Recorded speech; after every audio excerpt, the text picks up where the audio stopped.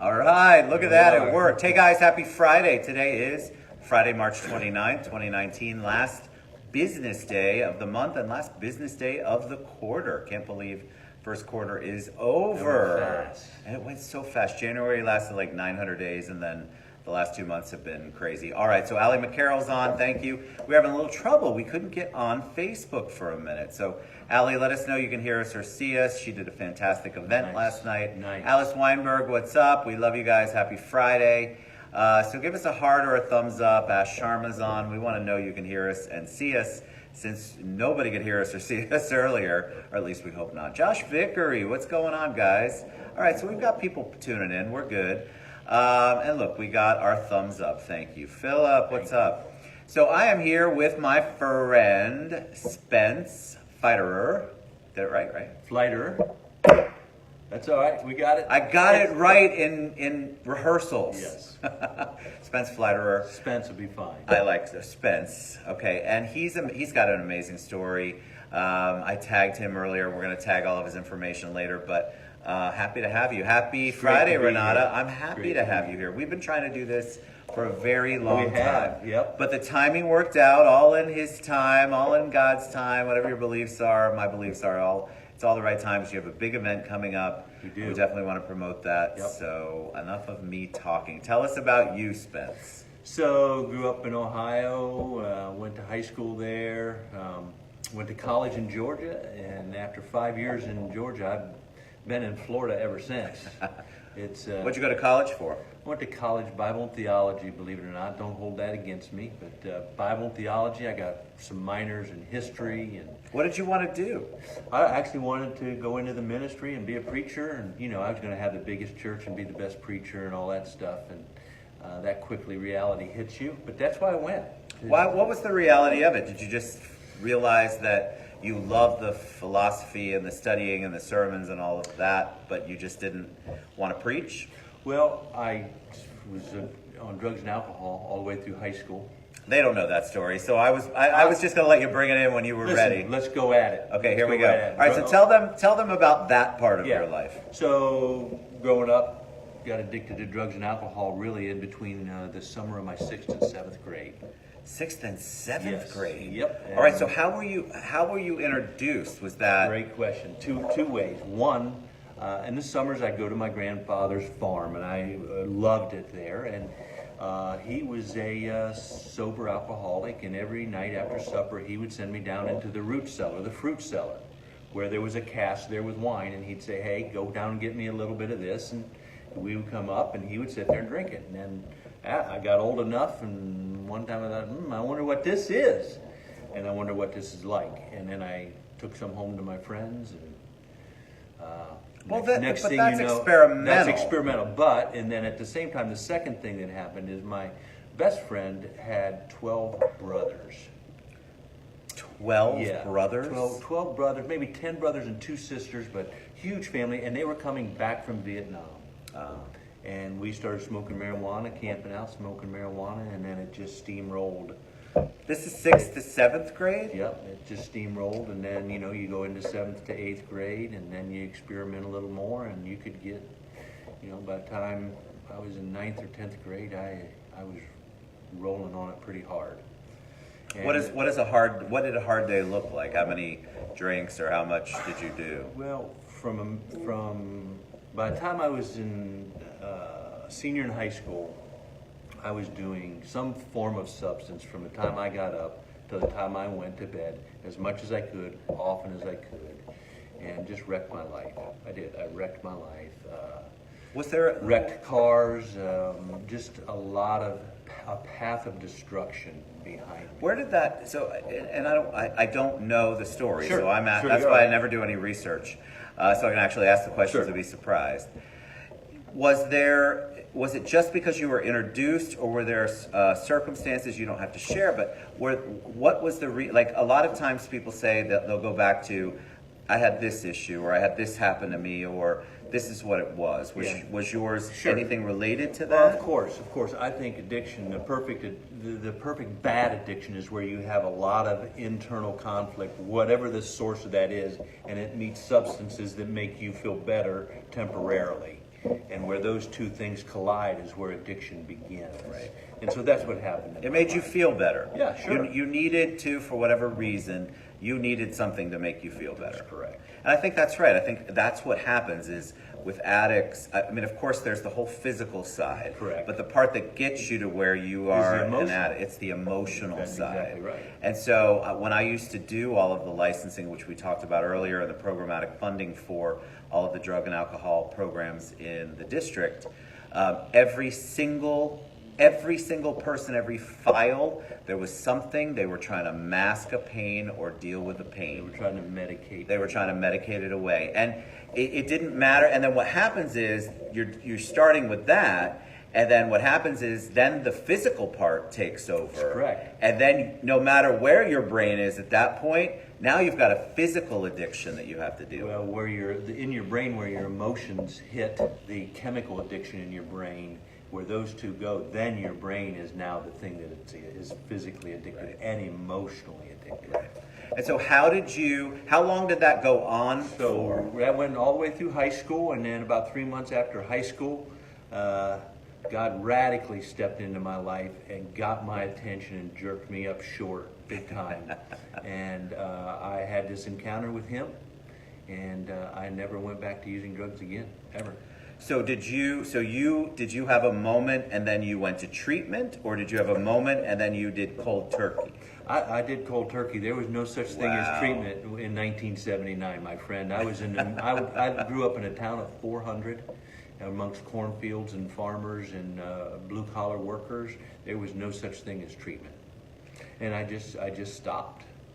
Who introduced you to Because that? of my encounter. Who brought the encounter on? Did you have a mentor? Did you have somebody who said, "Hey, Spence, come to church with me"? Yes. A person invited me to church, and I didn't care. I didn't care about God. I didn't care about. get it. I wasn't afraid of dying. I wasn't afraid of any of that. But I heard this preacher said this amazing thing. I could care less what he was saying, but he said this most amazing thing. He said, "No matter what you do, God will forgive you. No matter what you've ever done in your life." And I had this path of destruction. Right. And he said it once, and I looked up at him, and then he said it again. And the people who were sitting in the pew with me said, I did. I got up in the middle of his sermon. Did you really? I didn't know. Right. And you didn't know. Yeah, they said, you just start knocking people's knees as you're and I went up front and started to pray. Did you really? Right in the middle of his sermon. I didn't know. You really got delivered that Boom. day. And That's awesome. so I was just in the presence of God, and I think he just touched me, and he took the addictions away from me, but it took years and years and years to heal from the stuff, Sure. right? Yes. Sometimes he heals you quickly, other times he heals you slowly for different reasons. Well, and I think the fact that most addicts, or probably all addicts, there's this incredible self-blaming. There's this. Correct. I mean, you're not only going through, you've got the guilt, shame, there's so remorse. much shame involved. And so much of it you're putting on yourself, which is making your situation even worse, Correct. which is driving you continually to whatever Back. your addiction. It's a terrible cycle. It's a Yeah. vicious cycle. And I think All right, so failure. I think failure for is sure. huge. There's just all this negativity surrounded by it, and yet, unless you're delivered, unless you go to treatment, unless you find the right path for you, you just continue to go back to it. We used to, and it's still high, the recidivism rate, meaning the repeat rate of people that go to treatment, is just through the roof. It's in the high 90s, Right. 90 percentile, Right. because they go back to where they're at. And they may have handled it in the 28-day programs, not a fan. The long-term Well, they just programs, deal with the substance. They only deal with the substance. They don't deal with the substance. issues. Yep. And so you go back, and miraculously, guess what happens? You hang around the same people in the same situation that drove you to where you're at, and you don't have another way out, and that's how you cope. Yep. People, places, and things. People, places, and things. All right, so at that moment, you said, all right, I'm delivered. Right. Then what happened? Well, then, long story short, is kind of a year later, I had another very powerful experience where God really made it clear to me. I want you to be a preacher. I want you to preach. And so I went to Bible college, and then after Bible college, I was a pastor for 20 years. Where were you a pastor? Here local? I was pastored in Bradenton, Jacksonville. I was in Miami I was in Homestead when Hurricane Andrew hit. Wow. I was in the middle of that pastoring Wow. a church. Our church went from 150 to 30 in one day. Wow. Oh my gosh. Yeah. And then here in Orlando. And so after 20 some years of pastoring, I asked the question, what am I doing? What should I be doing? What is the outcome of my life? Where am I having the best impact? And I called all my friends and I asked them questions. Those questions. What about my life impacted you? What do you think that I need to be doing to have the biggest impact on other people? And so we asked these questions, and they said, we love you. You're a great preacher, but we can't remember any of your sermons. Just like you can't, or just like I can't. I can't remember 2 sermons or 3 sermons that I heard last week. Right.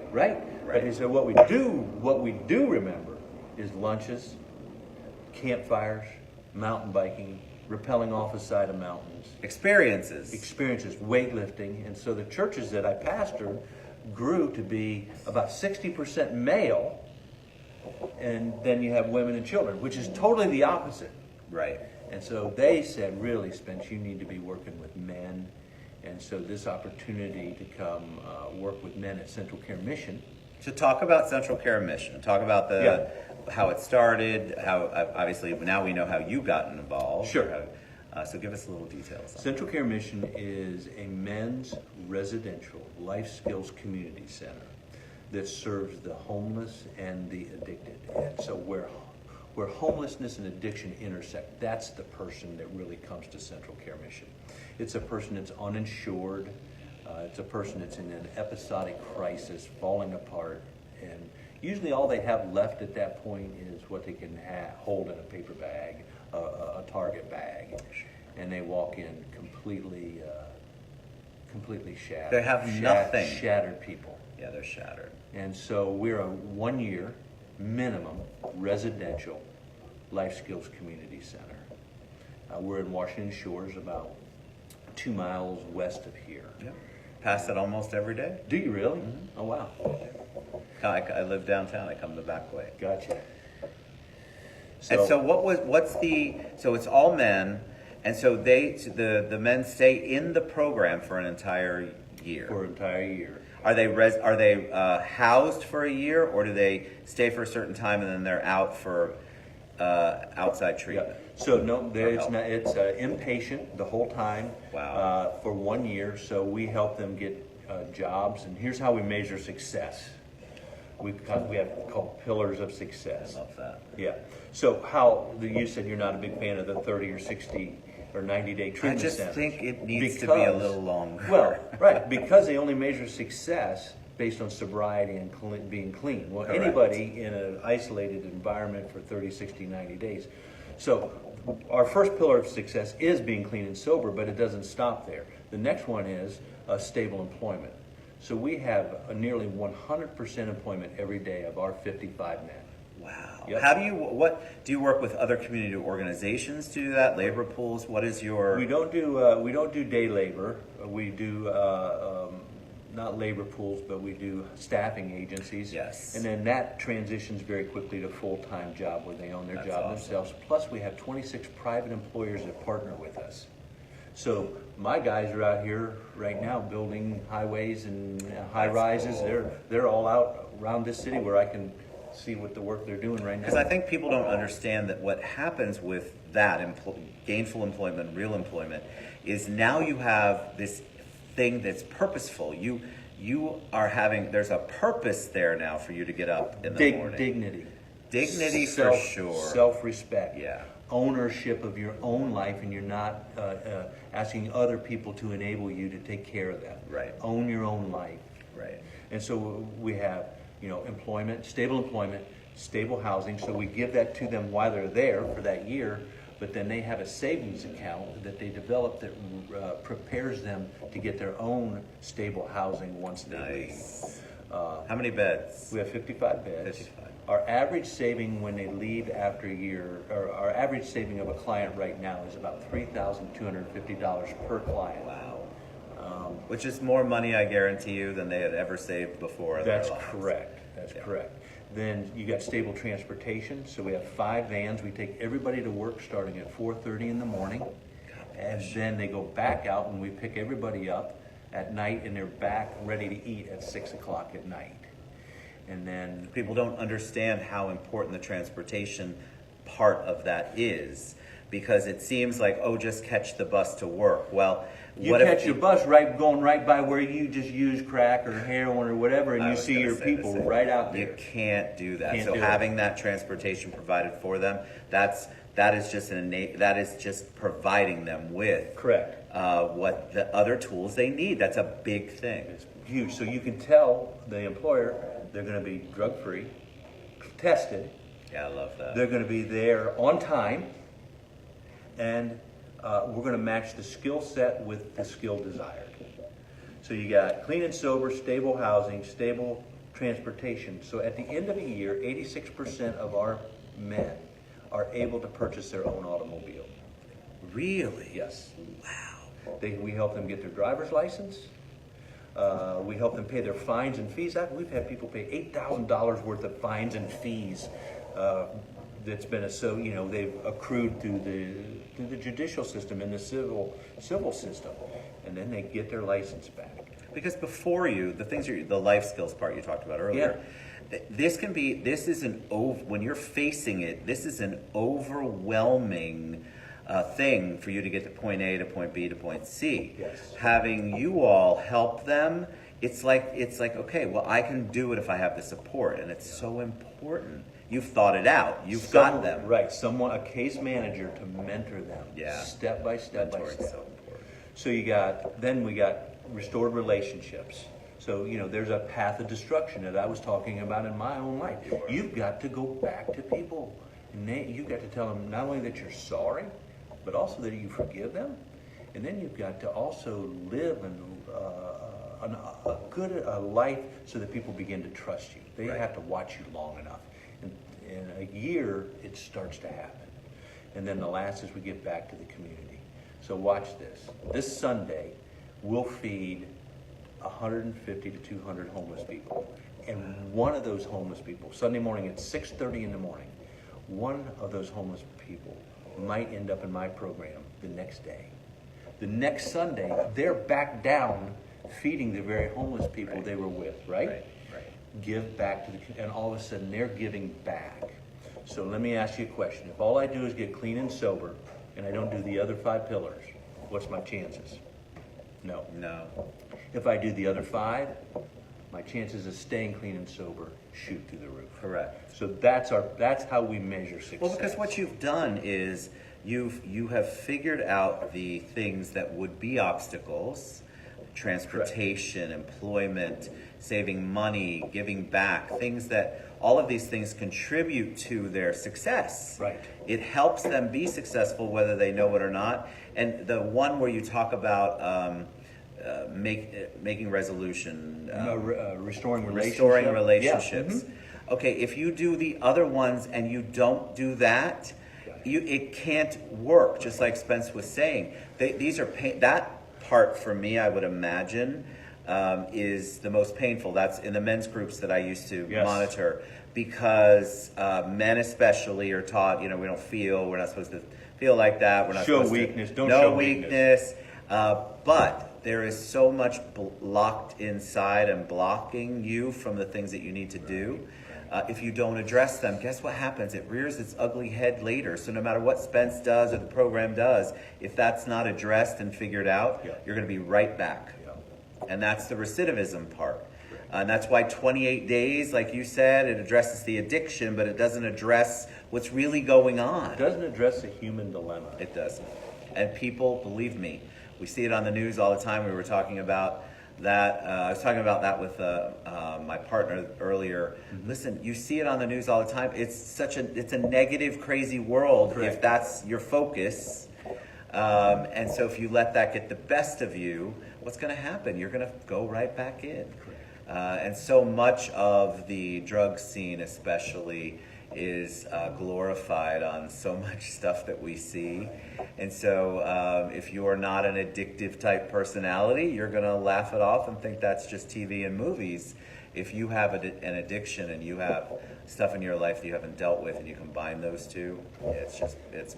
Well, we like to talk about addiction when it comes to drugs and alcohol, but we don't really ever talk about addiction to computer screens or to sex or to pornography or to TV or to sports. I mean, the list can go on and on. What we become addicted to try to maybe avoid the pain in our life. Right.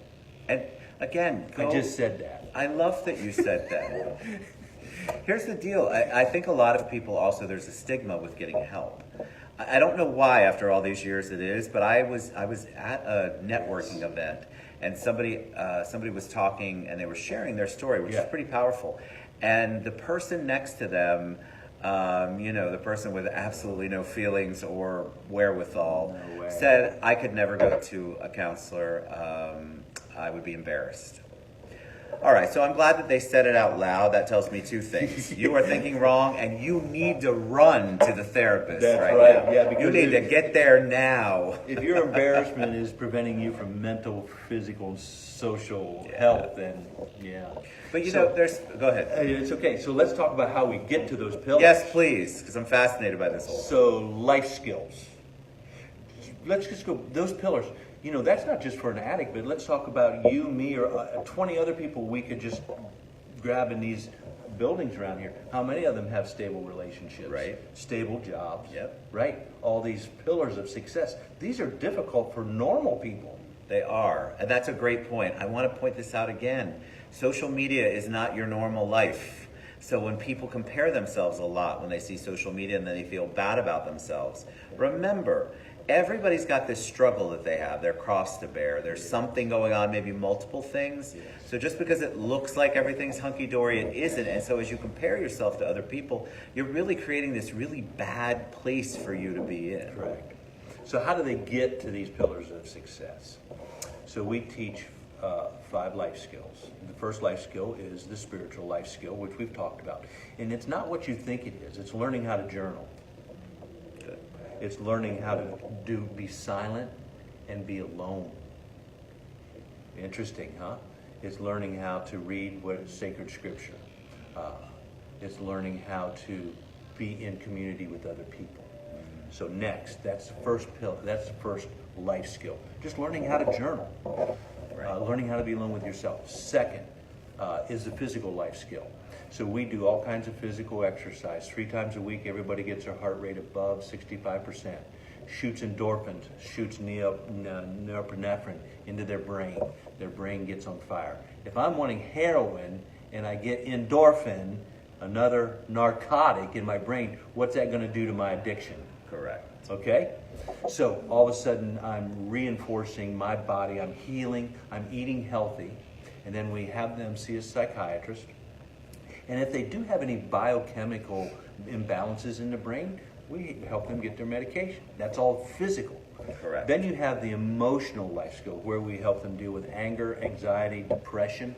But those are the negatives. How about teaching them how to learn to love or to feel love? Yeah, I love that. How about telling them that not to be afraid of joy? I absolutely love that. Joy is my 2019 word. Yeah. And then the other thing in the solitude and silence of how to let peace invade you and be okay and not run from it and be afraid that at the moment you let go and feel peace that somebody else or something bad is going to happen to you. You should teach these skills to people who aren't in a program. I do. I do quite a bit. Honestly, I don't know a soul who doesn't need that, Sure. or at least one of those. Sure. So you got emotional health under this life skill. We have mental health, which is what we say a radical dedication to reality. What mental unhealth is when I demand reality to function on my terms and expect my results. Right. And so mental health this is how reality works. I bring my behavior and my decisions in conformity with reality and expect better results than I've had doing it the other way. Right. Okay? And then, so financial life skills. That is very simply what all of us have to do. How much do I have coming in? How much am I spending? What does my budget look like and how should I be spending? Right. What are my debts? Eliminate them and create a savings account. So we have them list out all their debts from the IRS to downtown at the courthouse, to their driver's license, to their kids and their child support. They lay it all out, credit cards, bank, and we help them start eliminating it one by one by one. That's amazing. Because finances are the relationships with other women, and finances are the two biggest causes of relapsing back into. Well, they're the drug biggest abuse. stressors for anybody. Correct. So if you've got the, Did you just say women are the biggest stressors, or are you just talking about? I don't know what you're saying. Are you just talking about? That's not on video. We're gonna edit that right out. It's just husband and wife, or significant others. And money, finances. Right. Finances are the big. Steve Bell says Spencer. Finances are the biggest, the number one, I think, cause of relationship issues. Money. Yes. Right. Anything money. to do with money. So what we do is financially, we try to eliminate all those stressors. Okay? And then when they leave, they don't leave with that money all at once. We set up 3 months before they leave. This is you'll like this. 3 months before they leave, they start their own bank account. Nice. They get $500, and at the end of those 30 days, we look at their bank account. And some guys will have $501 because of the interest rate, and some of them will be $10 overdrawn. And what that does is that teaches them. Sure. And we say, what mistakes did you make and what did you learn? Now, month 2, let's give you another 500. And then you see it change. By month 3, these overspenders and people who, it completely changes and they've adjusted their habit. So that when they leave at the end of that year, they've had 3 months of proper spending and accountability with a debit card that they can spend it any way they want. I just think these are skills that we should learn in high school. Correct. Like our junior high. So I was talking with someone in the county. We were doing a TV show, and I was talking about the correction of addiction, and the moderator said, well, what do we need to do to prevent this from happening? And I said, the same things that I teach people to do after they've started. Exactly. Right? Because we don't have life skills anymore. We're not taught these Correct. things. And then if you're not coming from a household where they're taught, you're basically going out in the world. You don't know how to open a checking account. Your parents or your grandparents have lived on credit their whole life. Yep. And so you don't understand how to maneuver through that. And since that's such a giant part of the stressor and things that go on that make people unhappy, it's so important for people to learn how to do it. I'm not perfect at it either. So when I'm up here talking to you, I'm not saying I am the best budgeter, but I'm aware of the fact that it's super important to have those skills. The last life skill is vocational life skill. Basically, it's saying this. Don't just take any job. Take the job that you're good at, that makes you happy, that you love, that you're skilled at. And that will make your income increase. Absolutely. And so don't focus on the job, focus on who God created you to be and call. Vocation is from Latin vocare, calling. I did not know that. Yeah. That's so cool. Yeah, who God's called you to be. And what we teach so often, these guys have been hammered, is God's created you, He loves you, He's for you. He absolutely delights in who He's created you to be. And He's skilled you and gifted you. Now go out there in the world and make your mark. And it changes everything for you. Because most people, again, this applies to everyone. Nobody really was asked, what is it that you really want to do? You're usually early on guided toward a certain thing, or you follow in the family business, or a friend said, hey, let's go here, and that's how you get into your career. And you don't think about the gifts. There's so many people with gifts that never get used because they're in a job that they thought they were supposed to be in, and nobody's ever asked them, what is it you really want to do? That's powerful. I was listening to just a famous author the other day on a podcast. I can't remember who it was, but he said he went to college for a law degree and never had visited a law firm to see if that's even what he liked. And he realized after his law degree, being there 2 months, this is terrible. We did the same thing. My daughter wanted to be a lawyer, my middle daughter, and I had her intern with a judge who's a really good friend of mine here locally. And about 2 days in, she goes, I'm going to stick with the internship because that's what I do, but I never want to be a lawyer ever. Right. Can you imagine 3 years of law school going, what am I doing? All that money. But all that money. There's certain men and women who love law, and it fires them up. That's Yes. how they're created. That's their correct. calling. That's their calling. I love that. I love that. All right, talk about the event coming up. Okay, the event, April 2nd, 7:30 to 9:30 at the Rosen Center. This is AM, people. Yep, 7:30 to 9:30 a.m. people. There'll be 600 other people getting up to attend that. It's at the Rosen Center on I Drive, not Shingle Creek. We've had some mistakes on that. It's going to be an absolutely fantastic event on how lives are transformed. We're showing a film that we did. The Mayor Dyer is going to be bringing some remarks. And so we are very excited about it. Come on out and learn more about what we do and see some success stories from the guys that are in our program. Yeah, You can, if you He's want to gonna read it register. for us. Yeah, I can't. We're going to remember. post it later, but it's good. You should Yeah. read it. If you've never been to an event like this, and you want to feel good, I mean, if I get up in the morning for an event like this, you can You're get coming, up. aren't you? Oh, See, I said that guy nailed That's you publicly. bad. That was rough. That's horrible. So, All right, so if you want to come, you can email us breakfast@centralcaremission.com, and then we'll get your email and we'll register you for the event. So just email breakfast@centralcaremission.com. I love it, and I'm excited because I want more people to go to events like you're having. Looks like Rebecca's Love been there. Rebecca, she's amazing. Because when you go and you look, you feel what's going on and you see it in action, and people give their testimony, they talk about it, you can't help but be moved to want to do good for these people and for Central Care Mission. Mm-hmm. And you want to get out, you want to help them, and then honestly, it helps you. I'm telling you right now, the more you give and the more you get out there, you kind of let your guard down, and you're like, gosh, I love this. This is really cool. It's a growth thing. It's a wonderful thing to give back. Thank you. All right, so we're going to share, again, all of that information, Spence's information, how you can attend.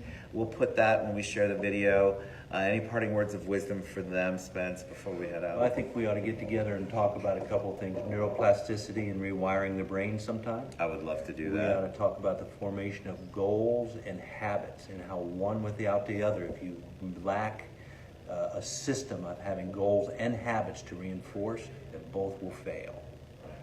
People hear that and talk about it. There's a lot of books and articles out there, but to put it into practice and implement it And have a system of and have a implementation. system of implementation. All right, you've been a joy to have on the show, my friend. Thank you, Appreciate brother. you guys so Thank much. you. We love you guys. I will be back either later today or Monday for sure with some shows. Have a beautiful weekend if I don't see you. Go out to the event April 2nd at the Rosen Center on I Drive. If you want to be transformed or watch people who have been transformed, you definitely want to go to Spence's Breakfast. You'll be excited. We love you guys. Wow. See you later.